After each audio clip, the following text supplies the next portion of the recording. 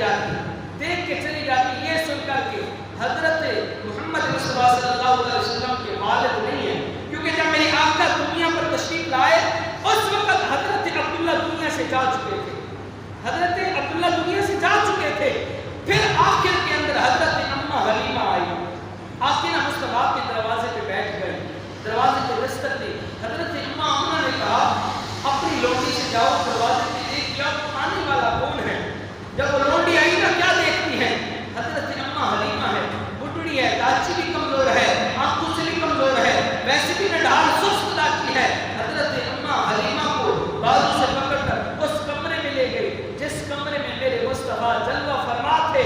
جب حضرت اماں حلیمہ نے والضحیٰ کا مکھڑا دیکھا، واللیل کی زلفیں دیکھی، چمکتا ہوا حسین چہرہ دیکھا، ماذاب کی آنکھیں دیکھی، علم نشرح کا سینہ دیکھا، پھر قربان ہوتی گئی، نظر آقا کے والضحیٰ کے مکھڑے پر پڑ گئی۔